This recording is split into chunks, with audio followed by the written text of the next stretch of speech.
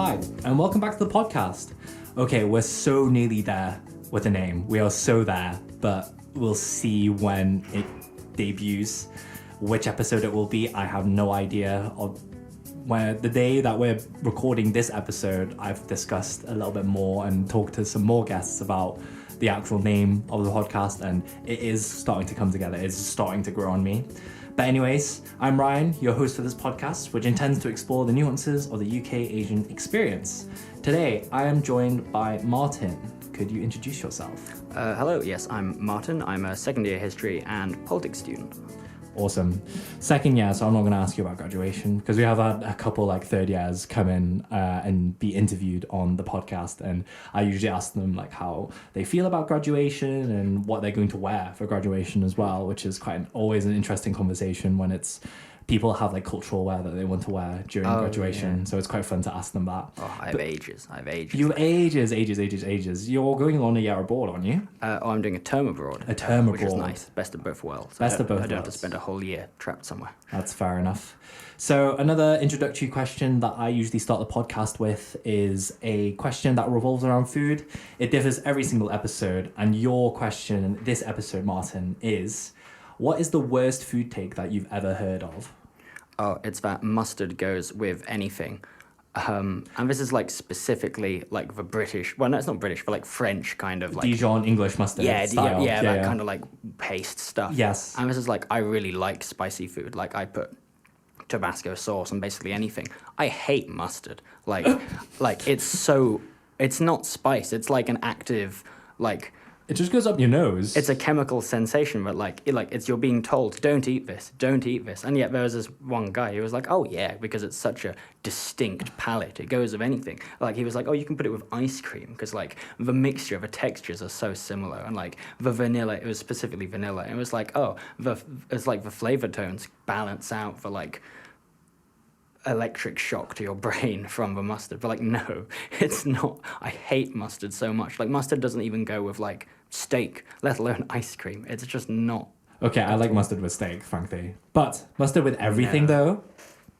Mustard with nothing. Mustard with nothing. You just hate mustard. With nothing. You just hate mustard. But not even mustard. Just nothing. That's insane. That's an insane take. Is that it's from a friend or something? Yeah. Well, I'm not even. It was just an insane take. After this, they couldn't be my friend. But no, they were just someone I knew, and they were oh yeah, I love mustard.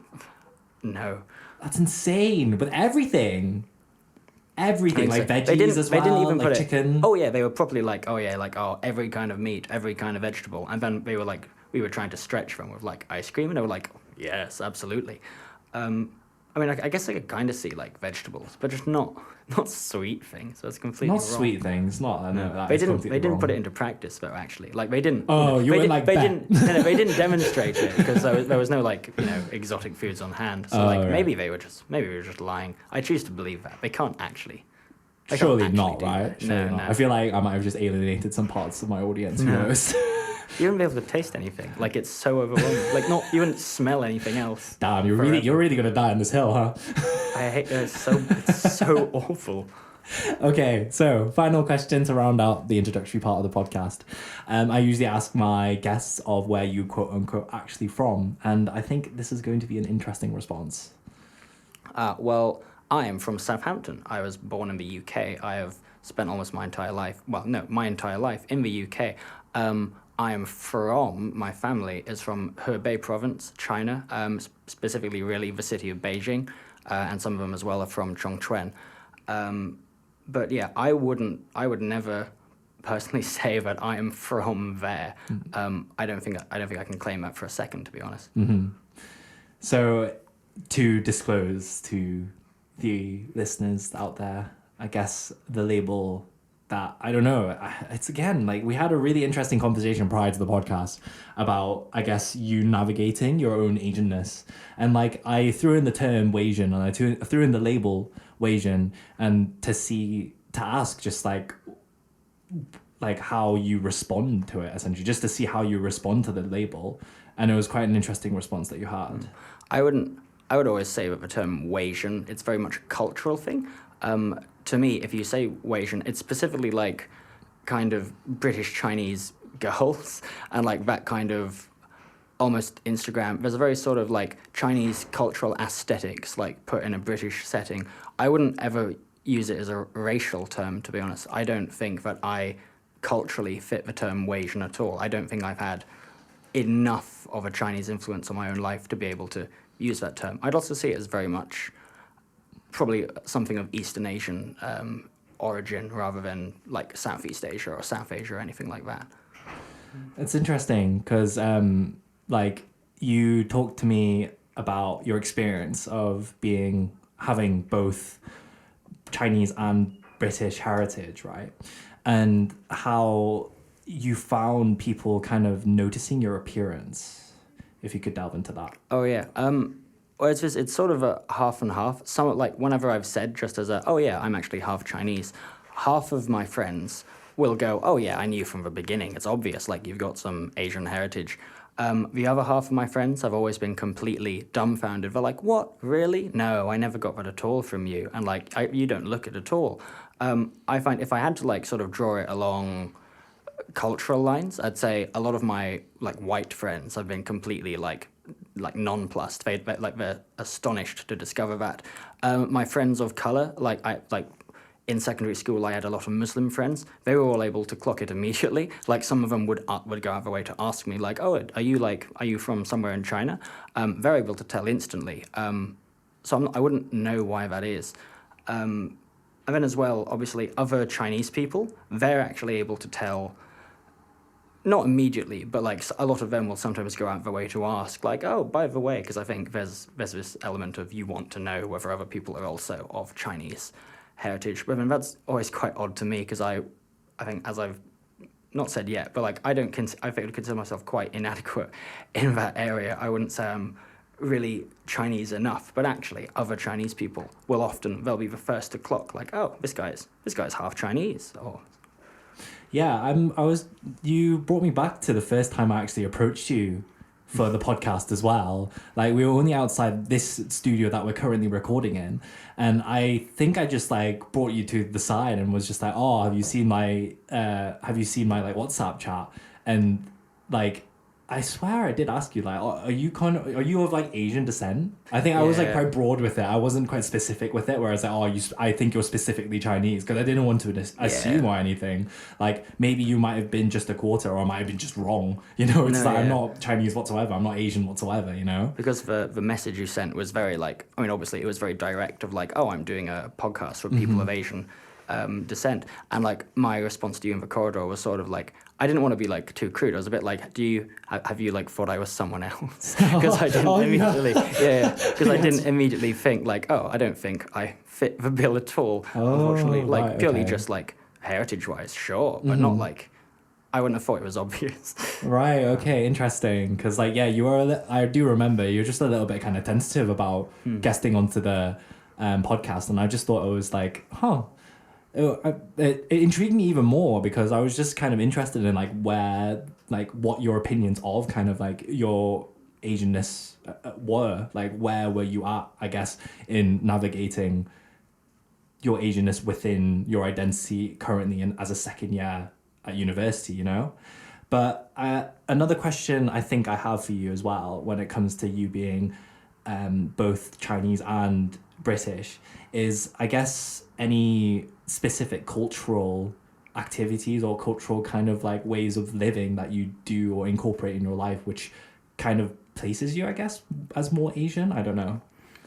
It's a very, like, it's the incredibly almost sort of surface level one. I use chopsticks a lot more than anyone else. I have many pairs of chopsticks in my in my house I'm renting out this year.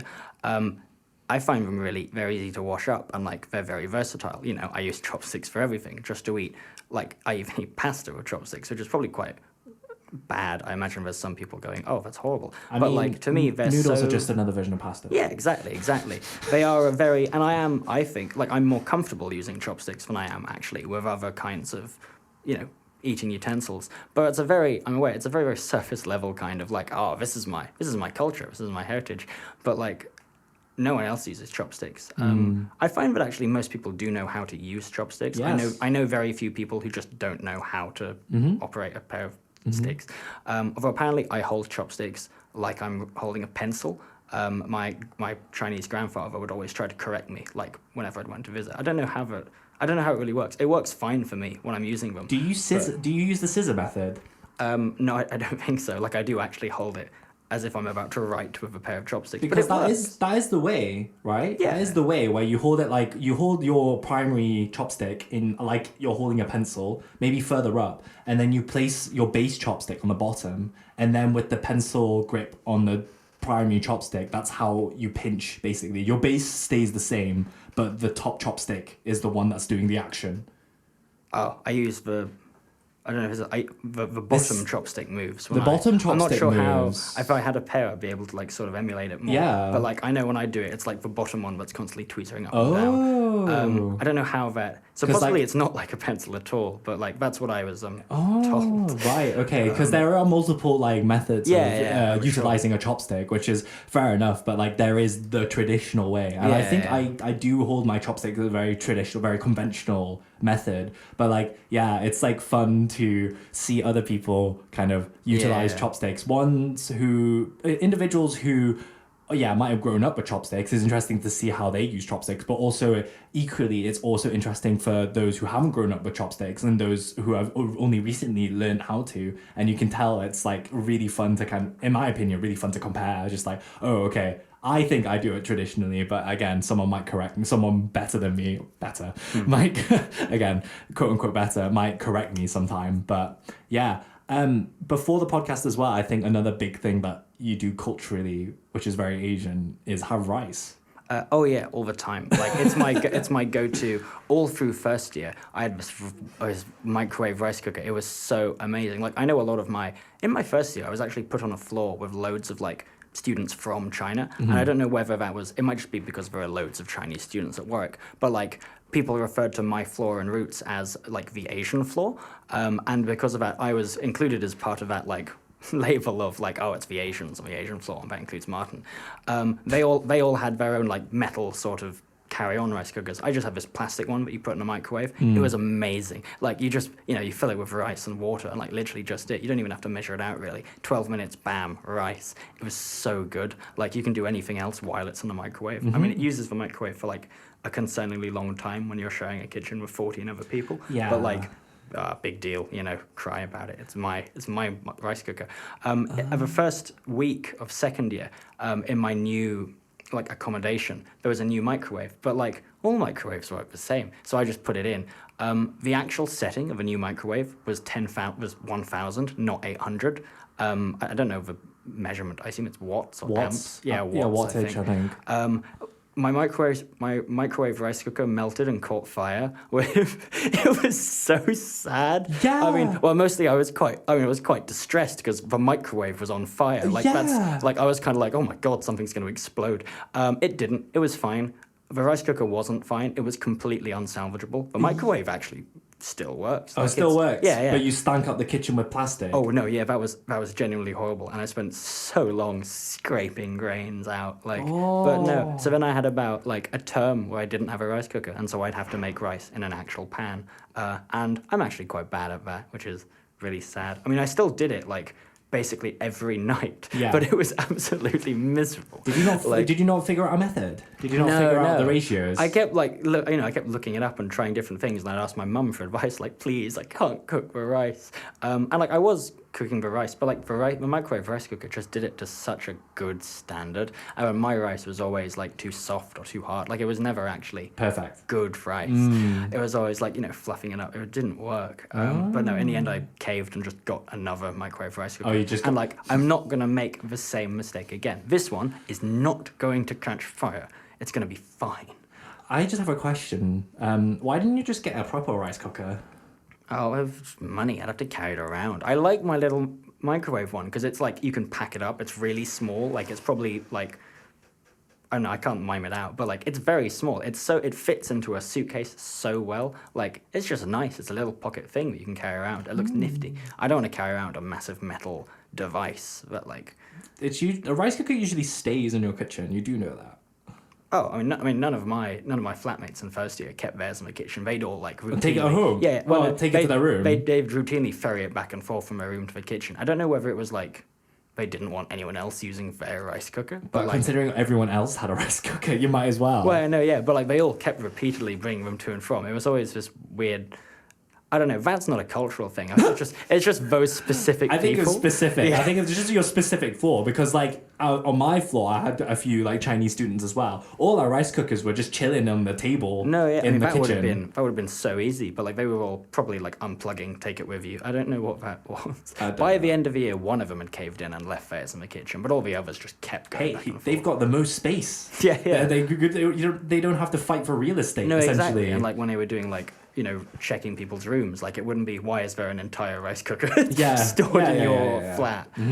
So I don't know, but it would just be a whole. It would be a whole expense. I like my microwave thing. It's so easy. Interesting. I don't know. I don't want to put assumptions on it, but like kind of like encompasses the Wasian attitude.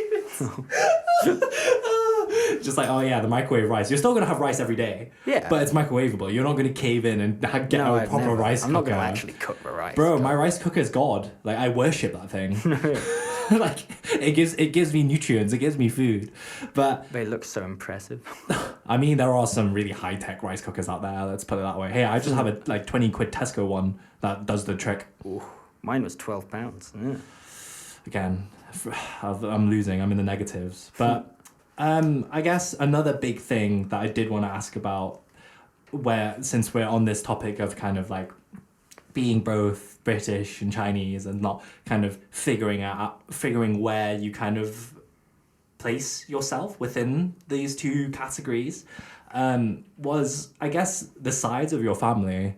Insane law about to be dropped here. Oh, yeah. I'll say, obviously, this is the same with all Chinese families. I think all the Chinese people are on my mother's side, and like all the generations that I've really known are like quite small, just because obviously the one child policy and stuff like that. It's just my mum, her two siblings, and like I have one cousin. The generation above them is, as I'm sure of all families, absolutely huge. There are like dozens and dozens of just quote uncles and aunts and cousins, all of whom aren't that, and all of whom are quite elderly. Originally, my family, my great uncle, I say that it's the same use of uncle as before. It's actually like you go to great uncle, and then you go one up the tree, sort of along, and then down one. He's actually like a cousin, I think, of my great grandfather. But Yeah. he was Li Dajiao. He founded the Chinese Communist Party in the 20s.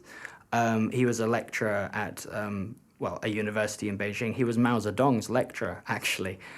He was executed by a Chinese warlord in the 1930s for the crime of founding the Communist Party. I think he actually sought refuge in the Soviet embassy. I was reading the Wikipedia article about the manner of his death, which is an interesting thing to do with a family relative.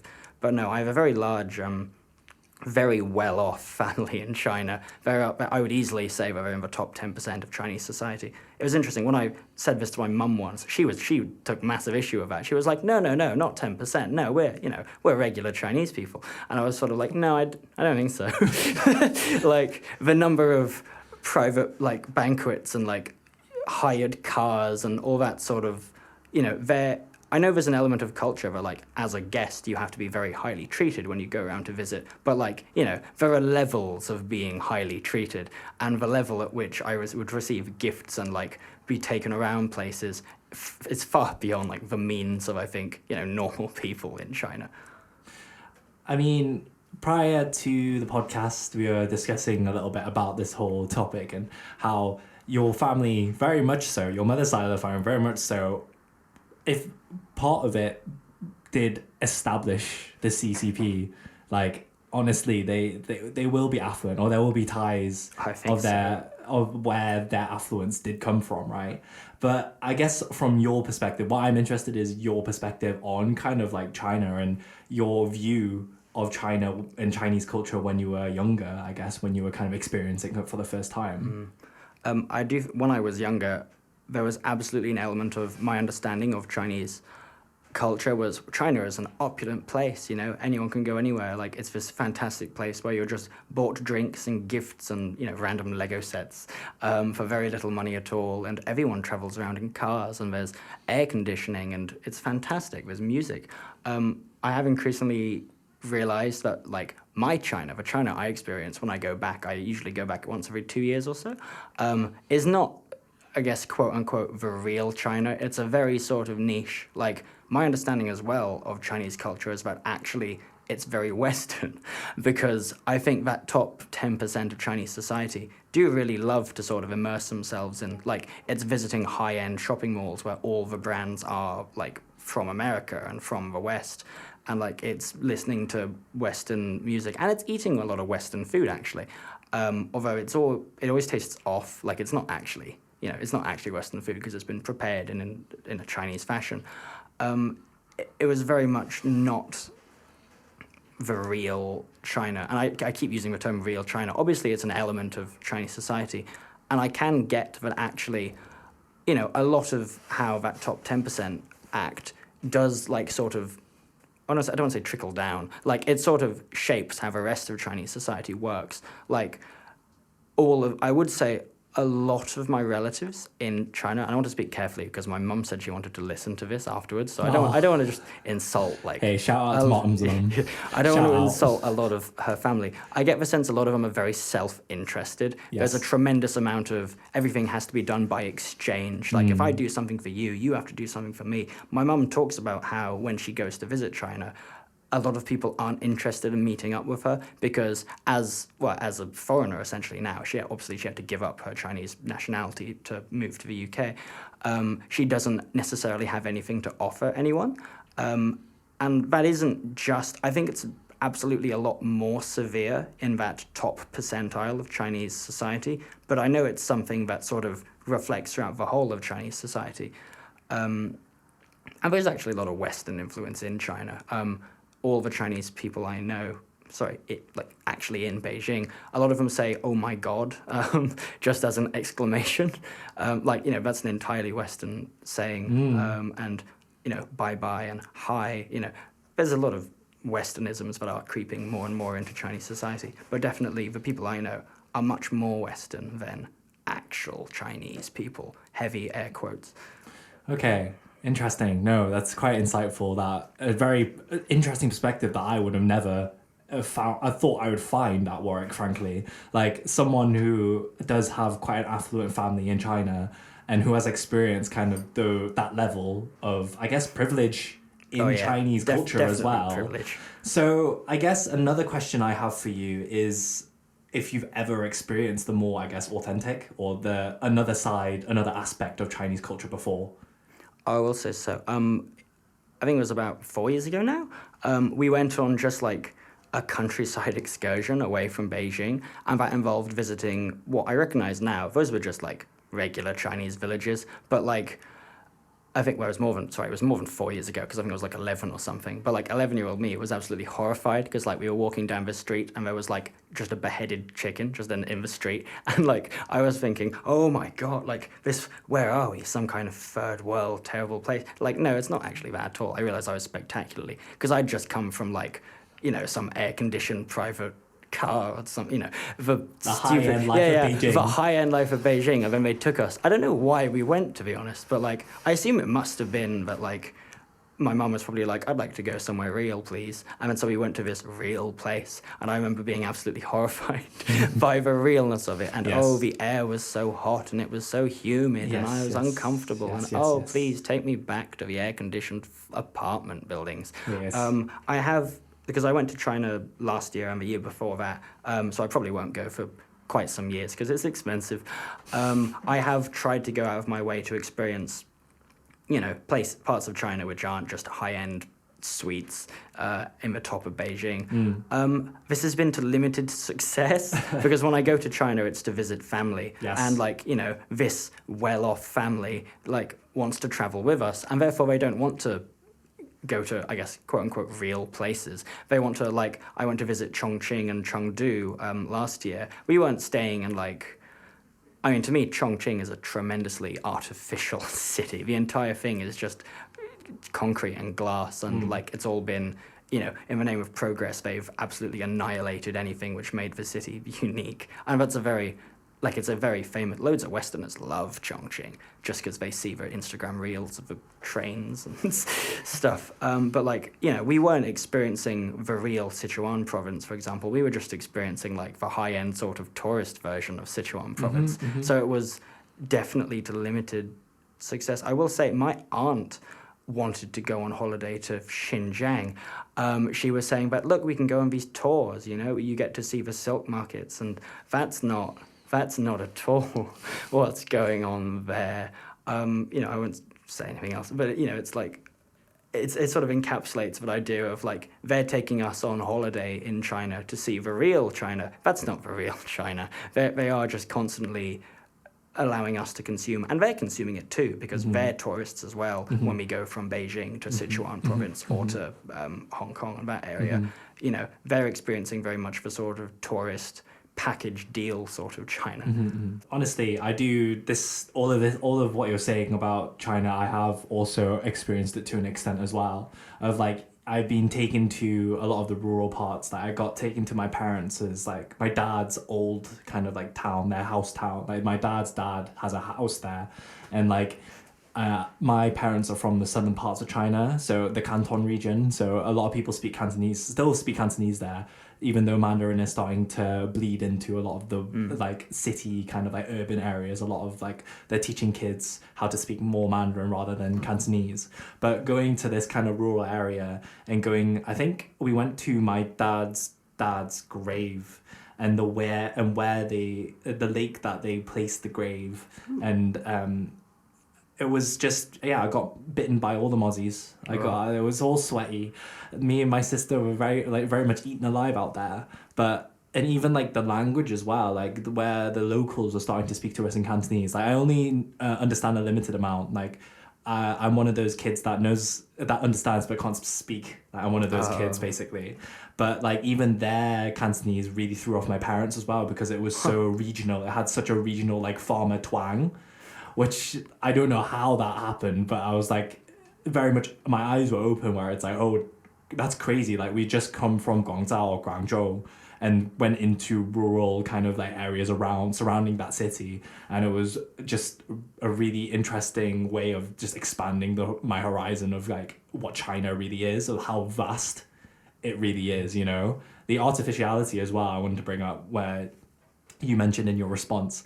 Like, I also experienced that in the way when we went to Guangzhou, and then there's this really famous, like, tourist house, not house, like, palace in the middle of Guangzhou. And my dad told me a story where he was one of the kids that stole the copper from the roof of the palace. Like, this was a very old palace, but no one cared at the time. And then now that China's become, I think, a little bit more touristy, or it's becoming more affluent, A lot more right? corporate, almost. More corporate, yes. They've redone it. They've they've tried to rebuild it, but it just feels so artificial a little bit.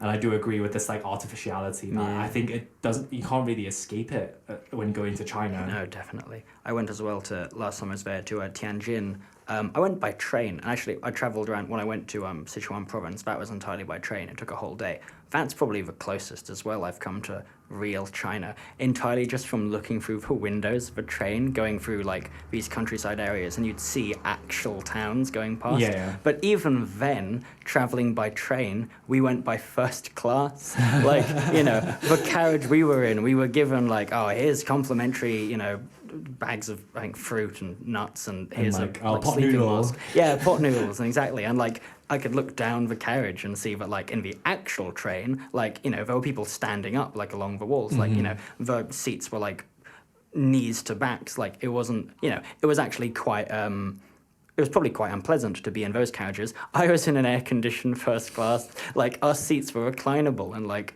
we had our own toilet and stuff, and it had an actual, you know, a seat. It had a bowl and stuff, which, obviously, I don't think there even were toilets in the rest of the train. Like, so even then, we weren't experiencing the real Chinese commuter experience. We were experiencing this, like, nice first class bottled version. So even then, I could only actually see the real China through the windows of the train as it sped through the countryside. But no, in Tianjin, we went to visit I mean, Tianjin's known just for having so much like Western influence. Like there's the Italian Quarter and the French Quarter and the Russian Quarter. All of those attractions are very, very fake. Yes. Because there's no actual historical buildings. Those are all annihilated in various world wars. Exactly. It's just like the Chinese have since tried to emulate those building styles. Like they've built a fake Russian house of ceramic that you can go visit, and it's like, oh, this is nice. It's not real. And it's their Roman Quarter. Like there's a big Roman statue. It was built in like 2001 by the Chinese. It's not a real Roman statue. That was a very fake city. We're with nothing against people from Tianjin. Obviously, no offense to anyone. Like, honestly, this is just us having a yip-yap about our own experiences when we went to China. But I guess since we are running out of time in the podcast, I just want to ask you one final question, or just ask for one final response to this. But like, I guess we haven't really focused on, I guess, your experience in the UK as someone Chinese and British. But this entire Chinese side, and you going to China, experiencing it and actually expanding your being willing to expand your horizons and expand your perspective on Chinese culture, gives you, I guess, this like essence of, like, I feel like it should give you this essence of Asian. I feel like you should be kind of like this.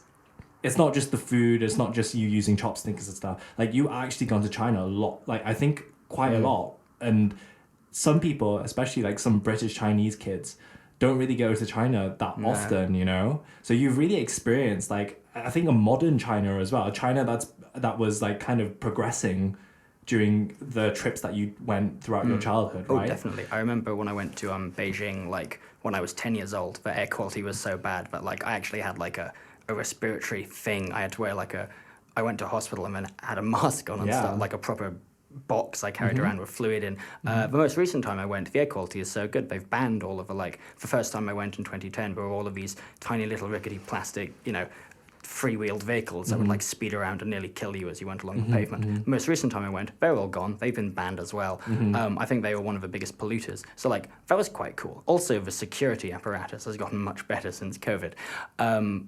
I mean, there's also partly because I'm sure I didn't have to fill in the forms when I was 10 years old, but, like, I think there are more forms you have to fill in when you go to China now. There's more, like, little steps of visiting these, like, police stations and stuff that weren't there in the past. I think a lot of them came in during COVID and never left. So, like, all of this knowledge, all of this cultural knowledge, to an extent, you have more cultural knowledge that I think a lot of kids would, I feel like, want, especially, like, British Asian kids. So I think, like, I think you I feel like you should lean into your Asian side a little bit more. I would really like to. There's a lot of, I don't want to call it guilt because that's very soapboxy. I do feel guilty a lot of the time where it's like I haven't honoured this nearly as much as I should. Like I didn't allow myself because I was 4 years old, but I allowed myself to forget Mandarin entirely. And like a lot of the time I don't like go out of my way to like interact with that kind of part of a culture because I got other things to do. I have to focus on, you know, coursework and just stuff in the UK. I would like to do that stuff far more, I guess. So it would be nice. It would be nice, but that is the end of the podcast. Thank you so much, Martin, for coming in. This was a really insightful conversation. This has been great, actually. This has been very affirming to me and my identity. I mean, I think a last guest that I had was like, oh, it feels like a therapy session. But yeah, thank you so much for coming in. For any of the listeners out there, I hope you enjoyed a little bit of what Martin has talked about being, I guess, the experience of being both British and Chinese. I've been your host, Ryan, and I will see you in the next episode. Thank you so much.